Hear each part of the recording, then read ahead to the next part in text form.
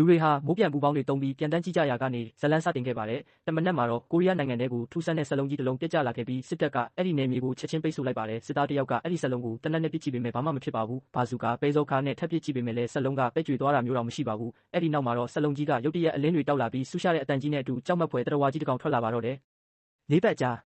ဆောင်ချင်းအထက်တန်းကျောင်းဆရာမယွန်းရောင်ကကျောင်းဝင်ခွင့်တွေအားလုံးဖျက်သိမ်းလိုက်ပြီဖြစ်ကြောင်းကျောင်းသားတွေကိုကြေညာလိုက်ပါတယ်။ရုပ်မြင်သံကြားသတင်းမှာလည်းကာကွယ်ရေးဝန်ကြီးကနိုင်ငံတော်ကိုမိန့်ခွန်းပြောကြားနေပြီးလူကြီးတွေနည်းတူအထက်တန်းနောက်ဆုံးတဲ့ကျောင်းသားတွေကိုပါစစ်ထဲဝင်ဖို့ဆင့်ခေါ်လိုက်ပါတယ်။ဒါပေမဲ့စစ်ထဲဝင်တဲ့ကျောင်းသားတွေကိုတက္ကသိုလ်ဝင်ခွင့်အတွက်အမှတ်ပို extra credit ပေးမယ်လို့ဆိုပါတယ်။ကျောင်းသားတွေထိတ်လန့်သွားကြပေမဲ့ဆရာမကသူတို့ဟာအရန်တပ်ဖွဲ့အနေနဲ့ပဲလေ့ကျင့်ရမှာဖြစ်ကြောင်းရှင်းပြပြီးမိဘသဘောတူညီချက်လက်မှတ်ထိုးခိုင်းပါတယ်။အတန်းထဲမှာအီလီယာအုပ်ရက်ကယောင်ဟွန်းကိုနေတိုင်းနှိမ့်ဆက်နေကြအတိုင်းလာနောက်ရက်တဲ့အခါယောင်ဟွန်းကစိတ်မထိန်နိုင်တော့ပဲပြန်ချရာကနေအတန်းထဲမှာရန်ပွဲကြီးဖြစ်ပွားပါတော့တယ်။အဲ့ဒီအချိန်မှာပဲစစ်တပ်ကကျောင်းကိုရောက်လာပြီးစစ်တင်တဲ့အတွက်စတင်စီစဉ်ပါတယ်။တင်းကျပ်လာတဲ့စစ်တင်တန်းကျောင်းသားတချို့ကအမှတ်ပိုရဖို့နဲ့တငယ်ချင်းတွေနဲ့အတူရှိချင်လို့စစ်ထဲဝင်ကြပေမဲ့တချို့ကတော့မဝင်ချင်ပဲအတင်းအကျပ်အတင်းသွင်းခံရတာပါနောက်တနေ့မနက်မှာကျောင်းကိုစစ်အခြေစိုက်စခန်းအဖြစ်ပြောင်းလဲလိုက်ပြီးဗိုလ်ကြီးလီဝီကတင်တန်းကိုတာဝန်ယူပါတယ်သူကပုံမှန်စာတင်ချိန်ပြီးရင်စစ်တင်တန်းတက်ရမယ်လို့ပြောပြီးအမှတ်ပေးစနစ် reward system အကြောင်းရှင်းပြပါတယ်ကျောင်းသားတွေဟာဖုန်းတွေမိတ်ကပ်တွေအားလုံးအသိမ်းခံရပြီးစာတင်ခန်းထဲမှာအိပ်ယာခင်းပြီးအိပ်ကြရပါတယ်အစပိုင်းမှာတော့ကျောင်းသားတွေကဒါကိုကစားစရာလိုပဲသဘောထားပြီးတနက်တွေကိုဂိမ်းထဲကလိုကင်တွယ်နေလို့အဆူခံရပါတယ်တနေ့လုံးအားကစားလုပ်ခံနိုင်ရရှိအောင်လေ့ကျင့်ခန်းတွေလုပ်ကြရပါတယ်ထူးဆန်းတဲ့အဖြစ်ပြက်နဲ့အန်ရီရဲ့ညဘက်မှာတော့အီလီယာရဲ့ဖုန်းထဲကနေစစ်သားတွေကတရဝါတကောင်ကိုတတ်နေတဲ့ဗီဒီယိုပေါက်ကြားလာတာကိုကျောင်းသားတွေဝိုင်းကြည့်နေကြပါတယ်။အဲ့ဒီမှာဗိုလ်ကြီးလီကရောက်လာပြီးဖုန်းကိုတိန်းလိုက်ပါတယ်။အီလီယာနဲ့ယောင်ဟွန်းတို့ရန်ဖြစ်နေတော့မှပဲစက်လုံးတစ်လုံးကကျောင်းရှိကိုပြစ်ကျလာပါတယ်။အီလီယာကယောင်ဟွန်းကိုစက်လုံးနာတွန်းပို့လိုက်တဲ့အခါစက်လုံးထဲကကြိုသားထွက်လာပြီးယောင်ဟွန်းကိုဖမ်းဆီးစားတောက်လိုက်ပါတော့တယ်။ဗိုလ်ကြီးလီကကျောင်းသားတွေကိုကာကွယ်ပေးလိုက်နိုင်ပေမဲ့ဆရာမယွန်းရောင်ကတော့ကျောင်းသားတယောက်တေဆုံးသွားလို့စိတ်ထိခိုက်ပြီးကလေးတွေကိုအိမ်ပြန်လွှတ်ချင်နေပါတယ်။ဒါပေမဲ့ဗိုလ်ကြီးလီကလူထုထိတ်လန့်မှာစိုးလို့ဒီကိစ္စကိုလှုပ်ဝက်ထားဖို့တောင်းဆိုပါတယ်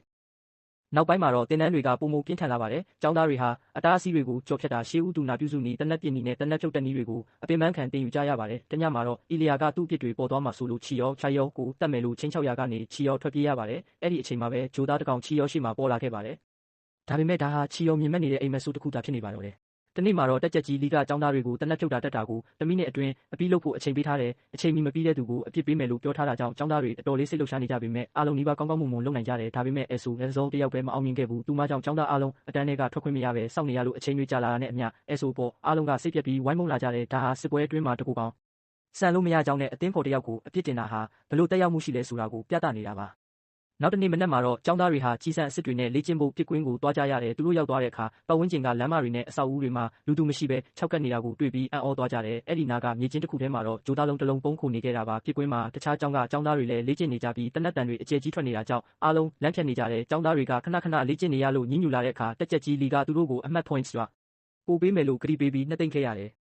အပြန်လမ်းမှာတော့တက်ကြက်ကြီးလီကနားဖို့ခွင့်ပြုလိုက်တယ်သူကပတ်ဝန်းကျင်မှာကြီးစံရတွေကိုတတိထားမိလို့တွားရောက်စစ်ဆေးချင်နေတာပါဒါပေမဲ့ဒါကိုကျောင်းသားတွေကိုမပြောဘဲတခြားစစ်သားတွေကိုပဲပြောပြထားတယ်အမိန့်ကိုမနာခံပဲဟီရောEricနဲ့Tamanကမုံသွားဝယ်ဖို့ဆိုင်တဆိုင်နဲ့ဝင်သွားကြတယ်သူတို့ပြောင်းနေတာကိုယွန်းရောင်ရင်းရောင်တိသွားတဲ့အခါစစ်သားတွေကိုအကြောင်းကြားပြီးလိုက်ရှာခိုင်းရတယ်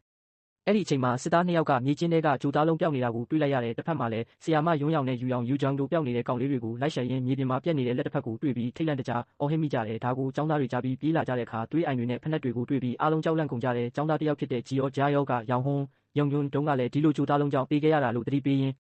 တားဆီးပေမဲ့ဆီယာမကတော့ရှေ့ဆက်သွားခဲ့တယ်အဲ့ဒီမှာဆီယာမကတခြားကျောင်းကကျောင်းသားတွေရဲ့အလောင်းတွေကိုဂျိုသားသေးလေးတွေဝိုင်းစားနေတာကိုတွေ့ပြီးတုံလုံးချောက်ချသွားတော့တယ်ဆီယာမကကလေးတွေကိုပြေးကြတော့လို့ဟောပြောလိုက်တဲ့အချိန်မှာဂျိုသားတွေကသူတို့စီပြေးဝင်လာပါတော့တယ်ဆီယာမယွန်းရောင်ကတနက်နဲ့အသေးအတန်ပြန်ပစ်ပေမဲ့ဂျိုသားနှစ်ကောင်ကိုပဲတတ်နိုင်ခဲ့ပြီးကြီးစံကုန်သွားတဲ့အခါကျောင်းသားတွေရှိမှတင်ဂျိုသားတွေရဲ့တက်ဖြတ်ခြင်းကိုခံလိုက်ရတယ်အဲ့ဒီနောက်မှာတော့စစ်သားတွေရောက်လာပြီးပြန်လဲပစ်ခတ်ကြပေမဲ့စစ်သားတယောက်ခေါင်းပြက်ပြီးတေဆုံးသွားပြန်တဲ့ကျောင်းသားတွေလည်းကြောက်လန့်တကြားနဲ့ဟိုဒီပြေးလောပုံအောင်ကြရတယ်အဆောက်အဦတွေထဲဝင်ပုံရင်းတခြားလောင်းတွေကိုလည်းထပ်တွေ့ကြရတယ်အဲဆိုကလည်းကုန်းတိုက်တစ်ခုတည်းပြေးဝင်ပြီးတကားပိတ်လိုက်ရတယ်နောက်ထပ်ကောင်မလေးတယောက်ဂျိုသားအဖမ်းခံရတဲ့အချိန်မှာစစ်သားတယောက်ကကယ်လိုက်နိုင်ပေမဲ့ဒုတိယဂျိုသားတစ်ကောင်ကအဲ့ဒီစစ်သားကိုပါတပ်ပစ်လိုက်တယ်အဲ့ဒီနောက်မှာတော့ကျောင်းသားတွေဟာအုပ်စုကွဲပြီးအသီးသီးအသက်လူပြေးကြရတယ်ဟီရောနဲ့ထေမန်တို့ကလည်းဆိုင်ထဲမှာဂျိုသားတစ်ကောင်နဲ့တိုးပြီးအသေးအတန်ပြေးကြရတယ်နောက်ဆုံးမှာတော့ဟီရောကရေခဲတစ်တာတကားကိုနိုင်ဖြစ်သုံးပြီးဂျိုသားကိုရေခဲတစ်တာထဲတွန်းထည့်လိုက်နိုင်လို့အေးတန်ကြောင့်ဂျိုသားတည်သွားပြီးသူတို့လွတ်မြောက်လာခဲ့တယ်တခြားကျောင်းသားအုပ်စုတွေလည်းဂျိုသားတွေရဲ့ရန်ကနေအသက်လူတိုက်ခိုက်ရင်နောက်ဆုံးမှာတော့အားလုံးပြန်လည်ဆုံးတွေ့နိုင်ခဲ့ကြတယ်တက်ချက်ကြီးလီနဲ့ဝန်ပင်တို့ကတေဆုံးသွားတဲ့သူတွေကိုစည်ရင်ပြုစုပြီးကြာဆုံးသွားတဲ့စစ်သားတွေရဲ့အမတ်တရပစ္စည်းတွေကိုတင်စီခဲ့ကြတယ်ဂျိုသားလုံးတွေမြေပြင်ပေါ်ကျလာတဲ့အခါအဲ့ဒီအကောင်လေးတွေဖြစ်ကွဲထွက်သွားတဲ့ကြောင်းတက်ချက်ကြီးလီကကျောင်းသားတွေကိုရှင်းပြလိုက်ပါတော့တယ်ကျောင်းထဲကိုဂျိုသားတွေစတင်ကျူးကျော်လာတဲ့အခါမှာကျောင်းသားတွေဟာသူတို့ကိုယ်သူတို့မကာကွယ်နိုင်ရင်အန္တရာယ်ရှိမှန်းသိလာကြပါတယ်တက်စုမှုလီထွက်သွားပြီးတဲ့နောက်ကျောင်းသားတွေကြားထဲမှာအကြီးအကျယ်စကားများကြပါတော့တယ်တချို့ကအိမ်ပြန်ကျင်ကြတယ်လို့တချို့ကတော့အပြင်မှာအန္တရာယ်များလုံးတယ်လို့ထင်နေကြတာပါနောက်ဆုံးမှာမဲခွဲဆုံးဖြတ်ကြပြီးအိမ်ပြန်ဖို့ဘက်ကအနိုင်ရသွားပါတယ်အဲ့ဒီမှာ အီလီယာကရောင်စုတယောက်တည်းကြံခဲ့ချင်နေတာကိုမြင်တော့ဒေါသထွက်ပြီးပါရိုက်လိုက်ပါတယ်။သူတို့နောက်တစ်ချိန်မဲထက်ခွဲကြတဲ့အခါမှာလည်းရောင်စုကလွဲလို့အားလုံးကအိမ်ပြန်ဖို့ပဲရွေးချယ်ကြပြန်ပါတယ်။အဲ့ဒီမှာတင်အီလီယာကစိတ်ပေါက်ကွဲပြီးရောင်စုကိုထပ်တိုက်ခိုက်တဲ့အတွက်တခြားသူတွေကတားလိုက်ရပါတယ်။ဆွန်ရီကတော့ရောင်စုကိုအိမ်ပြန်ဖို့သဘောတူပေးပါလို့ဒူးထောက်ပြီးငိုယိုတောင်းပန်ပါတော့တယ်။နောက်တော့ရောင်ရှင်တို့ကတက်စုမူလီကိုတအတန်းလုံးအိမ်ပြန်ဖို့ဆုံးဖြတ်လိုက်ပြီးဖြစ်ကြောင်းတွားပြောပါတယ်။ဒါပေမဲ့လီကတော့အခုချိန်မှာအိမ်ပြန်စရာနေရာမရှိတော့ကြောင်းနဲ့သူတို့ရဲ့မိဘတွေလည်းတေဆုံးကုန်ပြီဖြစ်ကြောင်းအတိပေးလိုက်ပါတယ်။ဒါအပြင်သူတို့ဟာအမိန့်နာခံရမယ့်စစ်သားတွေဖြစ်သွားပြီမို့လို့စိတ်တိုင်းကြထွက်ခွာခွင့်မရှိဘူးလို့ပြောလိုက်ပါတယ်။အဲ့ဒီညကစပြီးလီဟာလေ့ကျင့်ခန်းတွေကိုအရင်ကထက်ပိုပြင်းပြင်းထန်ထန်ခိုင်းပါတော့တယ်။ကျောင်းသားတွေမခံနိုင်တော့တဲ့အထိဖြစ်လာပြီးမဲ့လီကတော့အတင်းအကျပ်ဆက်လုပ်ခိုင်းပါတယ်။လေ့ကျင့်ခန်းပြီးတဲ့အခါဝမ်ပင်ကမုတ်တွေဝေပေးရင်းတက်စုမှုကသူတို့ကိုအသက်ရှင်စေခြင်းလို့အခုလိုလုပ်တာပါဆိုပြီးနှစ်သိမ့်ပေးပါတယ်။တစ်ဖက်မှာလည်းတက်စုမူလီဟာကျောင်းထဲကိုပြုတ်ကျလာတဲ့ဂျိုသားလုံးကြီးကိုတွားစစ်ဆေးရင်းအတိတ်ကိုပြန်တတိယနေပါတယ်။အစိုးရစစ်တပ်ဟာအဲ့ဒီဂျိုသားတွေကိုတတ်ဖို့လက်နက်အမျိုးမျိုးစမ်းသပ်ခဲ့ပေမဲ့ရှုံးနိမ့်ခဲ့ရပြီးနောက်ဆုံးမှာတော့ယူရေနီယံကြည်စံတွေနဲ့မှတက်လို့ရမှန်းသိခဲ့ရပါတယ်။ဒါပေမဲ့အဲ့ဒီကြည်စံတွေကိုသုံးနိုင်ဖို့အတွက်လူအင်အားလိုအပ်နေတာကြောင့်ကျောင်းသားတွေကိုစစ်ထဲသွင်းခဲ့ရတာပါ။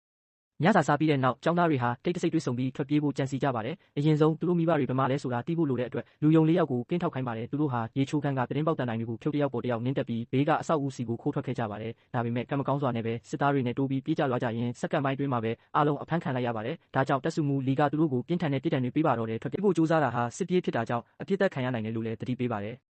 ကျောင်းသားတွေဟာတက်စုမှုကတကယ်ပြစ်မှာလားဒါမှမဟုတ်6 ဒါလာဆိုပြီးငင်းခုန်ကြပါတယ်။ဘယ်သူမှစွန့်စားရဲခြင်းမရှိတာကြောင့်ရောင်ရှင်ကအစီအစဉ်တစ်ခုထုတ်လိုက်ပါတယ်။နောက်တနေ့မနက်မှာသူတို့ကတခြားအတန်းတွေကိုဂျိုသားတွေအကြောင်းနဲ့ရောင်ဟုန်းလို့တေဆုံးသွားတဲ့အကြောင်းတွားပြောပြလိုက်ပါတယ်။ဒါကြောင့်ကျောင်းသားအားလုံးကျောင်းကနေထွက်ဖို့ကြိုးစားကြပြီးစစ်သားတွေကအတင်းတားဆီးရပါတော့တဲ့တနက်ပစ်ဖောက်ပြီးတတိပေးတာတောင်ကျောင်းသားတွေကမရက်ကြဘူး။အဲ့ဒီအချိန်မှာပဲဒီတလုံးထက်ကျလာပြီးတရဝငယ်လေးတွေထွက်လာတာကြောင့်စစ်သားတွေကစတင်ပစ်ခတ်တော့တယ်။ဂျိုသားတွေကများလုံးတာကြောင့်စစ်သားတွေတယောက်ပြီးတယောက်ကြဆုံးကုန်ပါတယ်။ကျောင်းသားတွေလည်းလမ်းဖြန့်ပြီးပြေးကြပေမဲ့မလွတ်နိုင်ပဲအသေးပြောက်တွေရှိလာပါတယ်။ဒုတိယဂျိုသားအလုံးကြီးထက်ကျလာတဲ့အခါမှာတော့အခြေအနေကပိုဆိုးသွားပါတယ်။အမိုးပေါ်ကစစ်သားတွေကကူညီပစ်ပေးပေမဲ့သူတို့လည်းတိုက်ခိုက်ခံရပါတယ်။ကျောင်းသားတွေရောစစ်သားတွေပါတေကုန်ကြပေမဲ့တက်စုမှုလီကတော့လက်မလျှော့ပဲကလေးတွေကိုကဲထုတ်ပေးနေပါတယ်။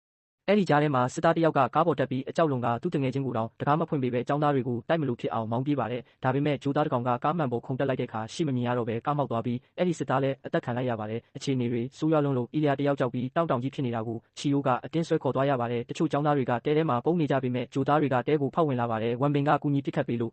ကျောင်းသားအများစုလွတ်သွားပေမဲ့ဝူးထိုက်ကတော့ဂျိုသားလက်ထဲမှာအသက်ခံလိုက်ရပါတယ်။ဂျိုသားတွေကဝူးထိုက်ကိုတဖြည်းဖြည်းချင်းဝါးစားနေတာကိုမြင်တော့ဝမ်ပင်ကသူ့တငယ်ချင်းဝေဒနာမှခံစားရအောင်တနက်နဲ့ပစ်တက်ပေးလိုက်ရပါတယ်။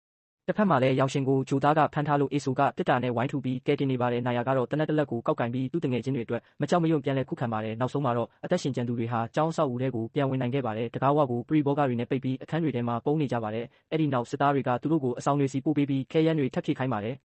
နောက်ဆုံးမှာတော့တက်စုမူလီကကျောင်းသားတွေကိုအဖွဲ့နှစ်ဖွဲ့ခွဲပြီးကားနှစ်စီးစီကိုပြေးခိုင်းပါတယ်စစ်သားတွေနဲ့အတူနာယာရောင်စုတို့ကအကာအကွယ်ပေးပြီးပစ်ခတ်ပေးပါတယ်သူတို့ကားစီကိုပြေးနေတော့ကောင်းကင်ကနေရဟတ်ရင်တစင်းပြက်ကျလာတာကိုမြင်တော့ဆွန်ရီကစိတ်တက်ကြပြီးကားပေါ်မတက်တော့ပဲငိုနေပါတယ်ဂျိုသားတွေကနောက်ကနေလိုက်လာပြီးမဲ့ကျောင်းသားတွေကဝိုင်းဝန်းပစ်ခတ်ပြီးဆွန်ရီကိုကားပေါ်အတင်းတွန်းတင်လိုက်ပါတယ်ဒါပေမဲ့နောက်ဆုံးကြံခဲ့တဲ့မိန်းကလေးတစ်ယောက်ကခြေခောက်ပြီးလဲကျသွားပါတယ်ရဟတ်ရင်ပြစ်ထက်လာပြီးမဲ့ဂျိုသားတွေကပဲတိုက်ခိုက်ချလိုက်ပြန်ပါတယ်ဝမ်ပင်ကကားပေါ်မတက်နိုင်သေးတယ်လို့ခြေထောက်နာနေတဲ့မိန်းကလေးကိုလည်းတက်စုမူမမြင်လိုက်ပဲကားထွက်သွားတာကြောင့်အဲ့ဒီမိန်းကလေးဟာဂျိုသားတွေရဲ့ဝိုင်းတက်တာကိုခံလိုက်ရပါတယ်တက်စုမူလီတီးလိုက်လို့ကားရက်ပြီးတဲ့အချိန်မှာတော့နောက်ကျသွားပြီလို့ပြောလိုက်ပြီးသူတို့တွေမျိုးတဲကိုဆက်လက်ထွက်ခွာလာခဲ့ကြပါတော့တယ်။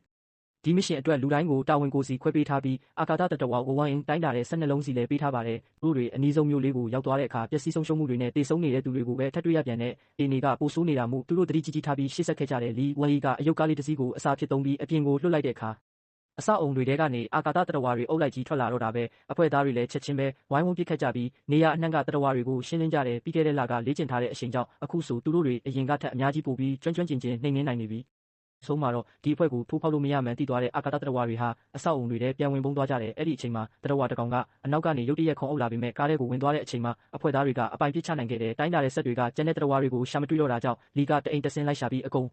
န်ရှင်းပစ်ဖို့အမိန့်ပေးလိုက်တဲ့ဆက်ထဲမှာအနီးနားမှာတရဝါတွေရှိနေကြောင်းပြလာတဲ့အခါကျောင်းသားတွေအပေါ်ကိုမောကြည့်လိုက်တော့အင်တင်နာတိုင်ကြီးတစ်ခုပြုတ်ကျလာတာကိုတွေ့လိုက်ရပြီးတီတီလေးရှောင်လိုက်နိုင်ကြတဲ့လက်ဖြောင့်တပ်သားတွေကတော့အမိုးပေါ်ကနေနေရာယူပြီးအောက်ကလူတွေကိုပစ်ကူပေးနေတယ်သူတို့တွေဟာမြို့ထဲမှာအာကာသတရဝါတွေကိုလိုက်လံနှိမ်နင်းနေပြီး၎င်းမှအလွတ်မပေးဖို့ဆုံးဖြတ်ထားကြတယ်အိမ်တအိမ်ထဲမှာဝန်ဘင်တယောက်အတန်ကြားလို့ပစ်ဖို့ပြင်လိုက်ချိန်မှာတော့ယွန်းစာရန်စာလို့ခေါ်တဲ့အသက်ရှင်ကျန်ရစ်သူတွေရောက်ကိုတွေးလိုက်ရတယ်သူမကိုအပြင်ခေါ်လာတဲ့အခါသူမရဲ့တငယ်ချင်းတွေအသက်ခံထားရတာကိုမြင်ပြီးစိတ်သက်တွေပြိုလဲကသတိလစ်သွားခဲ့တယ်လီကလည်းနောက်ထပ်အသက်ရှင်ကျန်ရစ်သူ2ယောက်ကိုထပ်တွေ့ခဲ့ပြီးအားလုံးကိုဘေးကင်းရာကဲထုတ်နိုင်ခဲ့တယ် အာကာသတ္တဝါအားလုံးတည်သွားပြီးတဲ့နောက်အနီးဆုံးခိုလုံရေးစခန်းကိုသွားကြတဲ့အခါအဲ့ဒီနေရာလဲအတိုက်ခိုက်ခံထားရတာကိုတွေ့လိုက်ရတယ်တ္တဝါတွေထွက်သွားကြပြီဆိုပေမဲ့အသက်ရှင်ကျန်ရစ်သူတယောက်မှမရှိတော့ဘူးဒါကိုကြည့်ပြီးចောင်းသားတွေဟာသူတို့မိသားစုတွေရဲ့ဘေးကင်းမှုကိုစိုးရိမ်လာကြတယ်တခြားစခန်းတစ်ခုမှာတော့ယွန်းစာနဲ့သူမတငယ်ချင်းတွေကသူတို့ဒီကိုရိတ်ခါလာပို့တာဖြစ်ကြောင်းဒါပေမဲ့အာကာသတ္တဝါတွေကထင်ထားတာထက်ပိုအင်အားကြီးပြီးတိုက်ခိုက်ခဲ့ကြောင်းရှင်းပြကြတယ်ចောင်းသားတွေကအလောင်းတွေကိုစုစည်းပြီးဘယ်သူဘယ်ဝါဖြစ်ကြောင်းခွဲခြားနေတော့ပိုတော့ပိုရကအာဆိုငယ်ဆုံးနဲ့ပတ်သက်ပြီးလီကိုသွားတိုင်နေတာကိုအာဆိုကိုယ်တိုင်ကြားသွားခဲ့တယ်အဲ့ဒီညစာစားနေတော့မှယွန်းစာတယောက်မျက်နှာသေးလေးနဲ့ဝိုင်းကထွက်သွားတာကိုယူရန်ညီယုံသတိထားမိပြီးနောက်ကလိုက်သွားခဲ့တဲ့ယွန်းစာကတနက်တလက်ကင်ပြီးကိုအဆုံးစီရင်ဖို့ပြင်းနေတာပါသူမတငယ်ချင်းတွေကအကူအညီတောင်းနေချိန်မှာသူမကထွက်ပြေးခဲ့မိလို့ဆိုပြီးယူရန်ကိုငိုပြီးပြောပြနေတယ်ယူရန်ကဖြောင်းဖြနေတော့မှလီရောက်လာပြီးလူတိုင်းကိုကာကွယ်ပေးပါမယ်လို့ကတိပေးခဲ့တယ်ဒါပေမဲ့ယွန်းစာကလူကြီးတွေကိုမယုံကြည်တာကြောင့်တနက်နဲ့ပြစ်ထည့်လိုက်တယ်လီရောက်လာပြီးလီရဲ့ရှိကနေကာကွယ်ပေးလိုက်လို့ကြည်စံကဝမ်ပင်ရဲ့ပခုံးကိုပဲထိမှန်သွားတယ်တနက်တန်ကြောင့်တခြားသူတွေပြေးလာကြပြီးဝမ်ပင်ကိုကူညီကြချိန်မှာယွန်းစာကတော့စိတ်သက်တွေထပ်မံပြိုလဲပြီးဒူးထောက်ကျင်ရစ်ခဲ့တယ်ဝမ်ပင်ကတော့မကြခင်မှာပဲတတိပြန်ရလာပြီးသူ့အဆင်ပြေကြောင်းအားလုံးကိုပြောခဲ့တယ်လီကဌာနချုပ်ကိုဆက်သွယ်ဖို့စူးစမ်းပေမဲ့ရေဒီယိုကအလုံးမလုံးတော့တာကြောင့်မနှက်ကြမှပြန်ကြမယ်လို့ဆုံးဖြတ်လိုက်တယ်အမိုးပေါ်မှာကင်းဆောင်နေတဲ့နာယာနော်နဲ့ချီရောချရီယုံတို့ကကောင်းကင်ဘော်ကကျိုးလုံးကြီးတွေနဲ့အောက်ကတတဝါလေးတွေအချက်ပြဆက်သွယ်နေတာကိုမြင်လိုက်ရတယ်အဲ့ဒါကိုလီကိုတော့ပြောပြတော့မှလီကအမှန်တရားကိုသဘောပေါက်သွားတယ်ဒီအာကာသတတဝါလေးတွေဟာကင်းထောက်တွေအဖြစ်လှုပ်ဆောင်ပေးနေတာဖြစ်ပြီးသူတို့ကတဆင့်ကျိုးလုံးကြီးတွေကဘယ်နေရာကိုတိုက်ခိုက်ရမလဲဆိုတာသိနေတာပါပုံပေါ်မှာအဲ့ဒီတတဝါတွေသွားတဲ့လမ်းကြောင်းကိုရှာဖွေပြီးအားလုံးကသူတို့ကိုကူညီတိုက်ထုတ်ဖို့သဘောတူလိုက်ကြတယ်နောက်တနေ့မနက်မှာလီကအစီအစဉ်တစ်ခုဆွဲလိုက်တဲ့အာကာသတတဝါတွေကိုတက္ကသိုလ်ဝင်းထဲကိုမျှခေါ်ပြီးဒိုင်နမိုက်တွေယူရေနီယမ်ဘုံးတွေနဲ့အကုန်ခွဲပစ်ဖို့ပါသူတို့တွေဘုံးတွေအပင်ပန်းခံလုပ်ပြီးတက္ကသိုလ်အနှံ့မှာလိုက်တက်ကြတဲ့ CCTV တွေတုံးလို့ရအောင်မီးစက်ကိုလည်းနှိုးထားလိုက်ကြတယ်ဒါပေမဲ့အာကာသတတဝါတွေကထင်ထားတာထက်ပုံမြန်နေတာကြောင့်ဘုံးတွေအကုန်တက်လို့မပြီးသေးဘူးသူတို့တွေကတက္ကသိုလ်ကအချက်ပေးအိုးတန်တွေနဲ့ကားချက်ပေးတန်တွေကိုတုံးပြီးတတဝါတွေကိုမျှခေါ်ရင်းတကားတွေတင်းပေါက်တွေကိုလိုက်ပိတ်ကြတဲ့တတဝါတွေကအယမ်းမြန်နေတာကြောင့်ចောင်းသားတွေဘေးကင်းရာကိုအမြန်ပြေးကြရတယ်ဘုံတွေကခွဲဖို့အဆင်သင့်မဖြစ်သေးတာကြောင့်လီကသူကိုယ်တိုင်အဆုံးသတ်ခဲ့မယ်ဆိုပြီးចောင်းသားတွေကိုအတင်းထွက်သွားခိုင်းလိုက်တယ်ចောင်းသားတွေတခြားအဆောက်အုံထဲမှာပုံနေတော့အာကာသတတဝါတွေကတက္ကသိုလ်ထဲကိုအလုံးရင်းနဲ့ဝင်လာကြတယ်လီကဘုံတွေကိုအပိသက်ပြင်ဆင်ရင်လမ်းမှာတွေ့တဲ့တတဝါတွေကိုတက်နိုင်သမျှပြစ်တက်ပြီးထွက်ပေါက်ရှာနေခဲ့တယ်တတဝါတွေကသူ့ခြေထောက်ကိုလာဆွဲထားတာတောင်သူနောက်ဆုံးထိတိုက်ပွဲဝင်ခဲ့ပါတယ်ဒါပေမဲ့အရေးအတွက်များလွန်းလာကြောင်းသူတယောက်တည်းနဲ့မနိုင်တော့ပဲလာတာဆောင်ပေါ်ကနေခုန်ချပြီးထွက်ပြေးဖို့ကြိုးစားရင်းခြေထောက်ဒဏ်ရာရသွားတဲ့ကြည်စံတွေလည်းကုံသွားတဲ့အချိန်မှာအခန်းတစ်ခုထဲမှာပုံနေရင်အဖွဲ့သားတွေကိုရေဒီယိုကနေတဆင့်နှုတ်ဆက်စကားပြောခဲ့တဲ့အဖွဲ့သားတွေကသူ့ကိုပြန်ကယ်ချင်ကြပေမဲ့သူတို့မှာမစ်ရှင်ရှိသေးတာကိုလီကသတိပေးခဲ့တဲ့နောက်ဆုံးမှာတော့မျက်ရည်များစွာဝေခွဲမရမှုများစွာနဲ့ယူရန်ကခလုတ်ကိုနှိပ်လိုက်ပြီးတက္ကသိုလ်ကြီးတစ်ခုလုံးပောက်ကွဲသွားကအထဲမှာရှိတဲ့အာကာသတတဝါတွေအားလုံးနဲ့အတူလီလည်းတေးဆုံးသွားခဲ့ရပါတော့တယ်ဇလန်လေးကတော့ဒါပါပဲ